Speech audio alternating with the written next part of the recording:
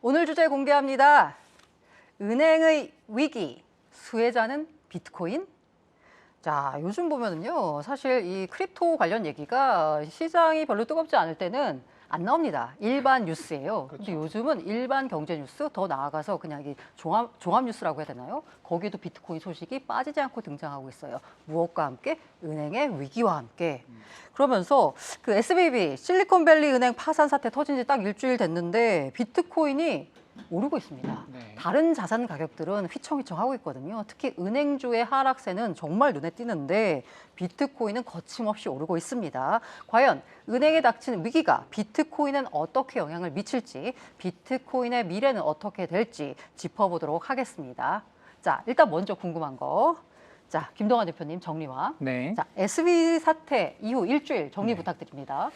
SVB 은행 사태는 사실 저번 주에도 저희가 전해드렸죠. 그래서 10일 날에 은행 이제 주식 거래가 폐쇄됐었고요. 11일에 파산이 됐고 주말 사이에 미국 재무부하고 연준하고 굉장히 발빠르게 움직여서 이제 월요일 오전이 되기 전에 해결을 했습니다. 그래서 전액 예금을 보전해 주는 것으로 보험에 적용을 해주는 것으로, 그리고 나머지는 뭐 이제 필요하면 유동성을 제공해 주는 것으로 해서 일단락이 됐죠. 그런데 중소은행들도 뭐 계속 위험하다는 얘기는 나오고 있었잖아요. 그렇죠. 예, 그래서 이제 그거는 미국에서 그대로 지금 진행이 되고 있고, 그런데 주말 사이에 네, 또 주말 엄청난 일이 사이에 있었죠. 네. 그 이후에 이제 벌어졌던 게 뭐냐면 유럽에서 크레딧 스위스라고 해서 여기는 그 세계에서 규모로 보면 한 17번째 가는, 그리고 세계 9대 아이고. 투자은행에 들어가는 굉장히 큰 은행이에요. 맞아요. 이게 제가 2007년에 주가가 고점 찍었을 때 보니까 110조짜리 회사더라고요. 네, 그렇죠. 근데 이제 요게 작년 연이은 투자 실패, 큰 투자 실패를 몇 번 겪으면서 요 투자 실패에 또 기여한 게 아마 우리 한국계 투자자 빌황의 아케고스 빌황. 펀드 네. 44억 달러 물렸습니다. 네. 근데 어쨌든 간에 이제 작년 4분기부터 굉장히 좋지 않다라는 이제 얘기가 계속 나왔었는데 실제로 지표가 좋지 않았습니다. 4분기에 이제 예금 38%가 한 번에 빠졌었고요. 와, 그렇다는 얘기는 만약에 예금이 100억이 있는 은행이다라고 하면 그렇죠. 37억이 빠져나갔다는 그렇죠. 거예요. 이거 웬만한 은행은 진짜 휘청휘청하겠네요. 네, 큰 은행이니까 사실은 이제 좀 어느 정도 버텨왔던 것이고, 작년 이제 연간 순손실이 10조가 넘습니다. 야, 은행인데. 우리 국내 은행들 분위기에 1조씩 벌고 있었습니다. 네. 네.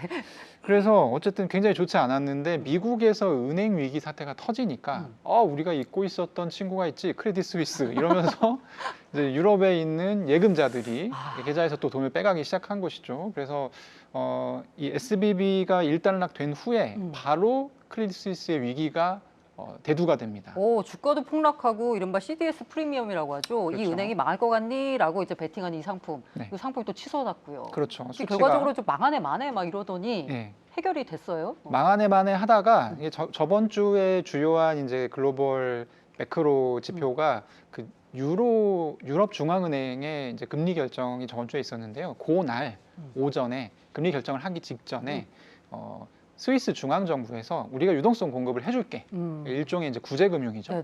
네, 얘기를 해서 일단락 되는가 싶었습니다. 이날 사실 주가가 또 한 30-40% 올랐어요. 크레딧 스위스에.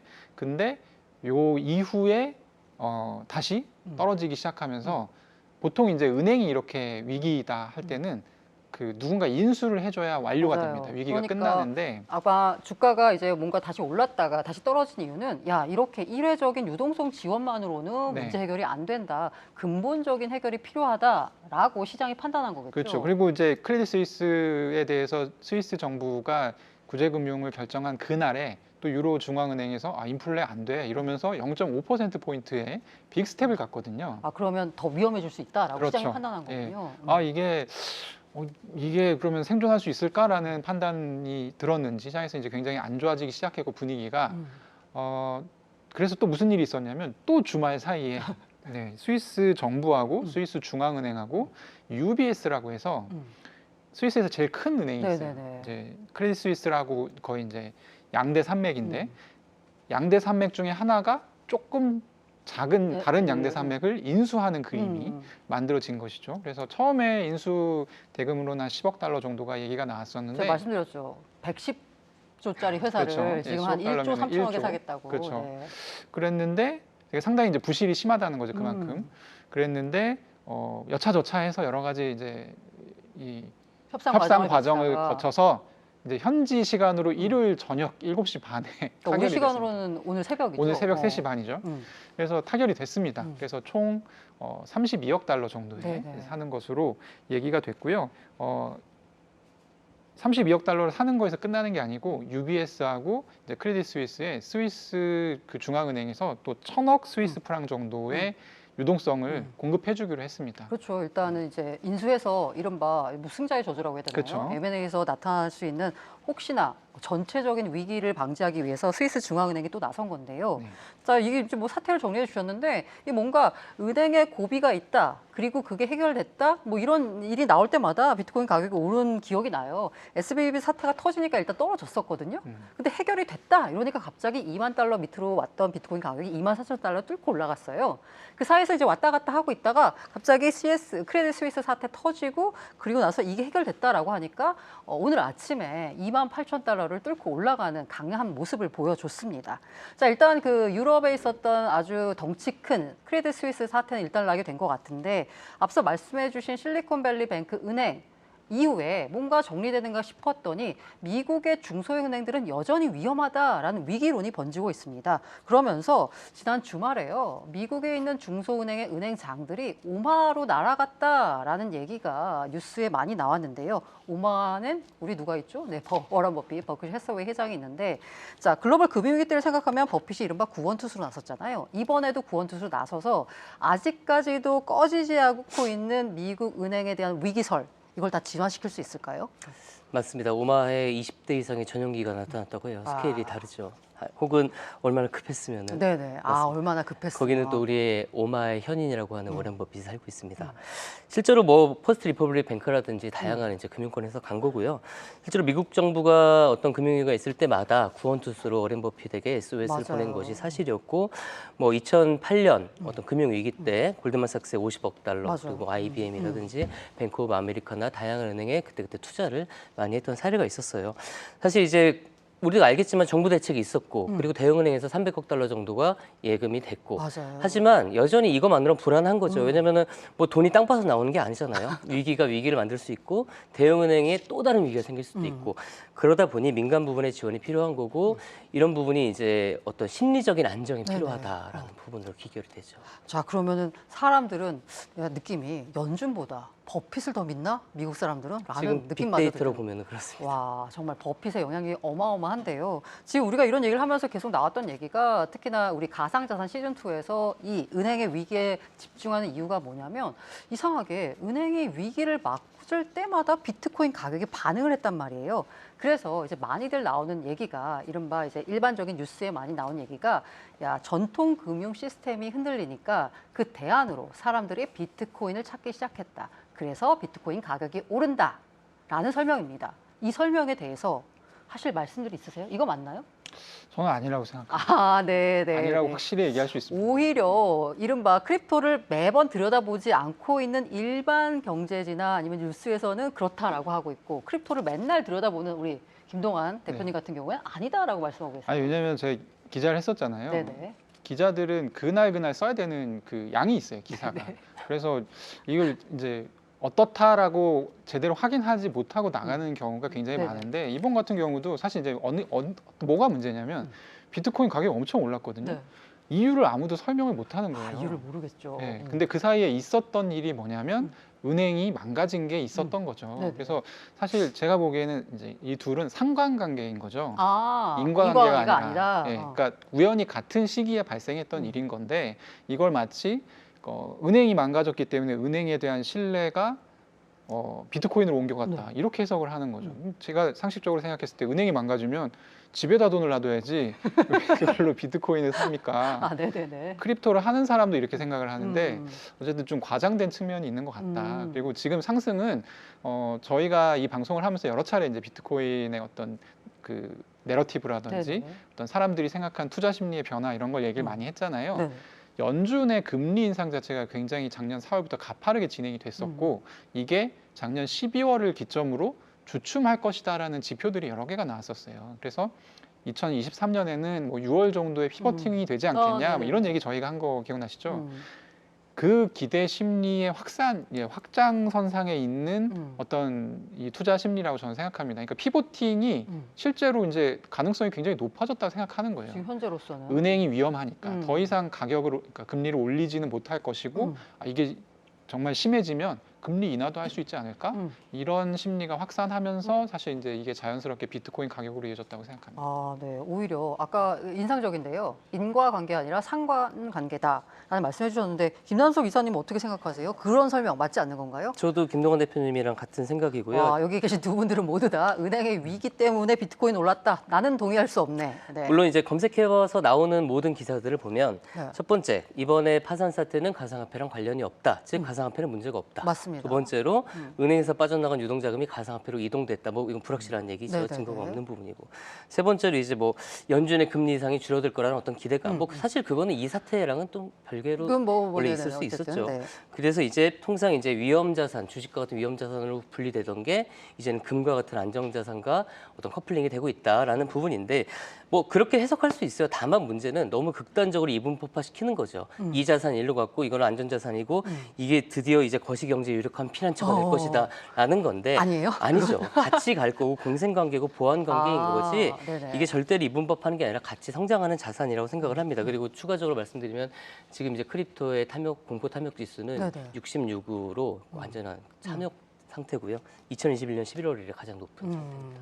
그런데 이제 이른바 이제 트위터 상에서 보면 비트코인을 지지하는 사람들, 비트코인 맥시멀리스트 같은 경우에는 드디어 비트코인이 원래의 정체성을 드러내기 시작했다라는 식으로 이제 내러티브를 만들고 있거든요. 그에 대해서는 두 분 다 조금 약간 고개를 갸웃하는 입장이신 거네요. 근데 이제 그런 얘기를 할 수 있는 기회가 사실 많지 않아요. 그래서 아니 저는 그 얘기도 제가 그 얘기가 틀렸다고 말할 수 있는 근거가 있느냐 또 그건 아니거든요. 그게 이제 진실일 수도 있는데 사실 지금 드러나 있는 여러 가지 뭐 자료나 지표나 이런 걸로 봤을 때 그러니까 만약에 디지털 금이라고 하지 않습니까? 우리가 비트코인을 그러면 비트코인 가격이 이렇게 급등했다라고 하면 똑같은 그러니까 그냥 원래 원조 금의 가격도 거의 뭐 비슷한 정도의 상승세가 나타나야 되는데 사실 그렇지는 않거든요. 폭이 적게 올랐겠죠. 그렇죠. 예.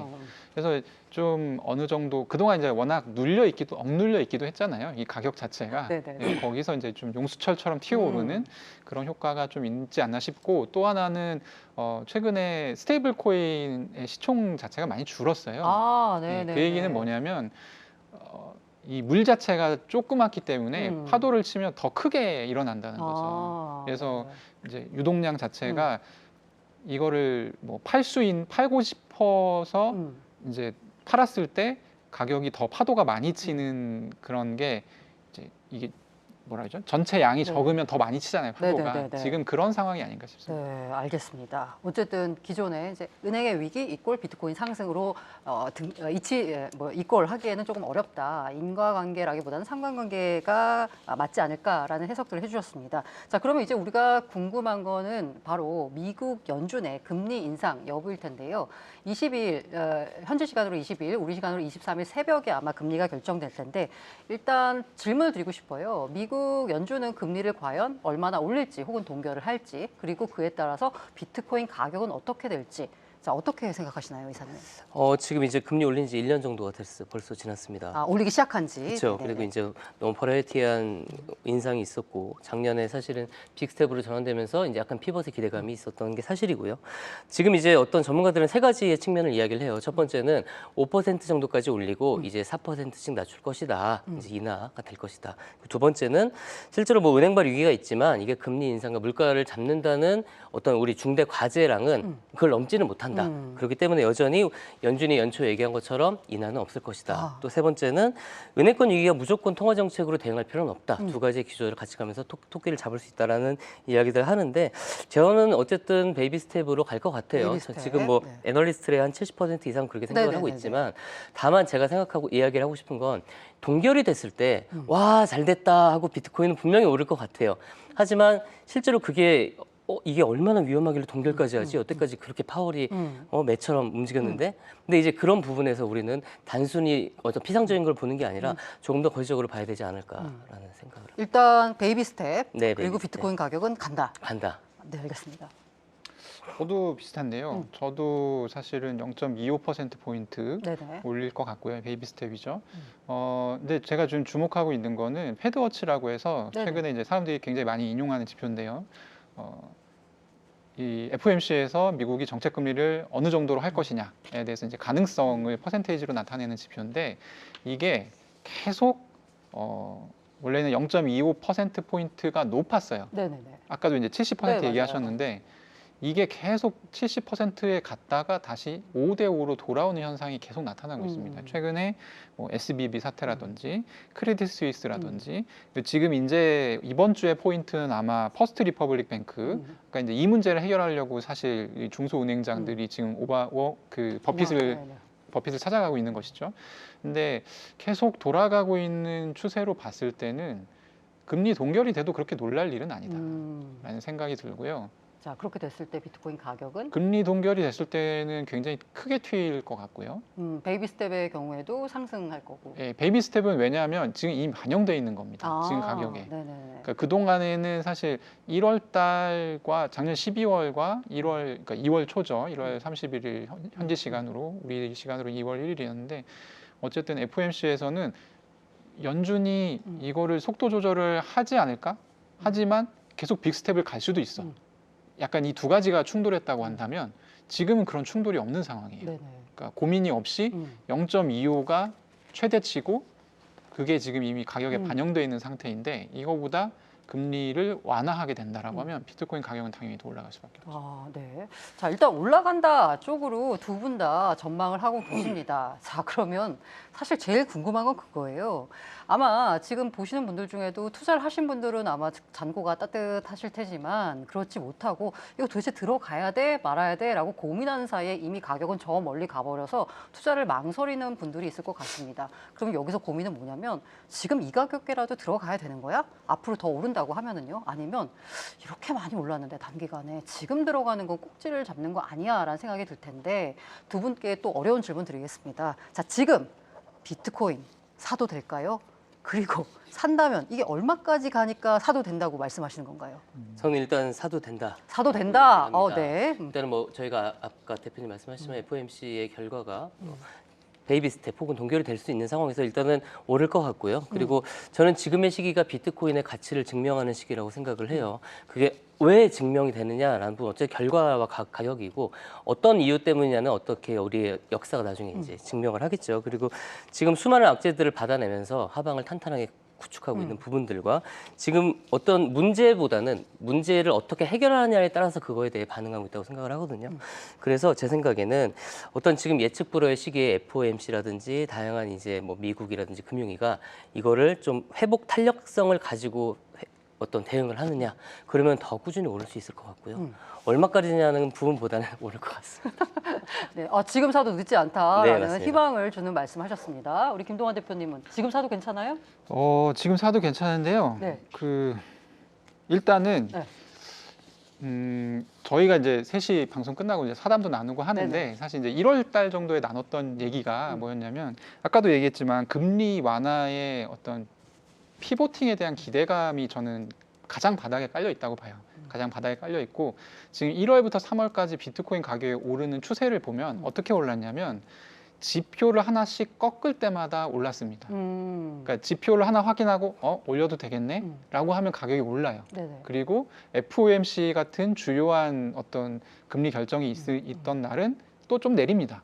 그런데 또 이제 PPI나 CPI 같은 주요 지표를 하나씩 확인할 때마다 올랐거든요. 네네. 근데 지금 3월 22일로 FOMC가 지금 정해져 있는데 요 이후에 다음 FOMC가 5월 달이에요. 4월엔 없구나. 네, 그래서 굉장히 길고 네네. 이 기간 동안에 사실 지금까지의 추세로 본다면 저는 완만한 상승을 이어갈 가능성이 굉장히 높다. 근데 다만 여기에 변수는 이 기간에 좀 심각한 문제, 아까 얘기했던 뭐 퍼스트 리퍼블릭 뱅크라든지 아니면 또 제3의 어떤 부실 은행의 이름이 나온다든지 이렇게 됐을 경우에는 악재일 수 있고 지금 이미 단기간에 비트코인이 굉장히 급속도로 맞아요. 올랐기 그 때문에 지금 사도 된다? 알트코인은 사면 안 됩니다. 잠깐만. 알트는 사지 말라고요? 네. 왜냐하면 보통 이제 비트코인 상승을 할 때 그다음 알트죠. 예, 보통은 이제 어느 정도 가격선을 올라서 네. 거기서 이제 횡보를 하거든요. 네네. 이 구간 동안에 알트코인 가격이 올라가는 패턴을 보이는 경우가 네네. 대부분인데 이번 상승에 그런 구간이 없었어요. 아, 그냥 비트코인만 쭉 가는. 비트코인만 쭉 가고 있고 심지어 이제 비트코인 도미넌스라고 해서 전체 이제 비트코인 시총 중에 비트코인의 시총이 차지하는 비율이 있는데 네. 이게 지금 계속 상승하고 있습니다. 아, 상대적으로 이더리움 가격은 못 오르고 있어요. 그렇죠. 비트코인보다. 그러니까 그 얘기는 뭐냐면 다른 코인의 가격을 빨아먹으면서 비트가 올라가고 있다는 거예요. 그래서 사실 여기서 비트가 떨어질 경우에 알트는 더 크게 떨어질 가능성이 높고, 그러니까 이게 제가 그냥 혼자 하는 얘기가 아니라 그동안 반복되어서 이제 관찰되어 왔던 패턴입니다. 그래서 알트코인은 투자를 안 하시는 게 좋다. 아, 네. 자, 모든 판단과 그에 따른 투자 결과는 투자자 본인의 책임입니다. 하지만 이렇게 비트코인의 상승세가 당분간 좀 이어지지 않을까라는 게 대체적인 전망이었습니다. 투자자 여러분 잔고가 모두 따뜻해지는 그날까지 가상자산 시즌2와 함께해 주시길 바라면서 자, 크립토 투자자들이 삶의 품격을 더하는 데일리오 위클리 아카데미 김남석 이사님. 네. 한국경제TV와 델리오가 함께하는 가상자산 위클리 아카데미 매주 화요일 오전 11시에 델리오 유튜브 채널에서 공개됩니다. 다음 주 화요일은 세계 경제와 미래, 가상자산 그 기조와 전망이라는 주제로 소개해드립니다. 앞으로 델리오 아카데미는 더 풍성한 주제로 인사드리겠습니다. 네, 오늘도 크립토 업계의 주요 소식 전해드렸습니다. 시시각각 변하는 크립토 시장에서 알기 쉬운 투자 정보, 시장 분석을 원하신다면 앞으로도 버추얼 토크 가상자산 시즌2 꾸준히 많은 관심과 성원 부탁드리겠습니다. 오늘도 함께해 주셔서 감사합니다.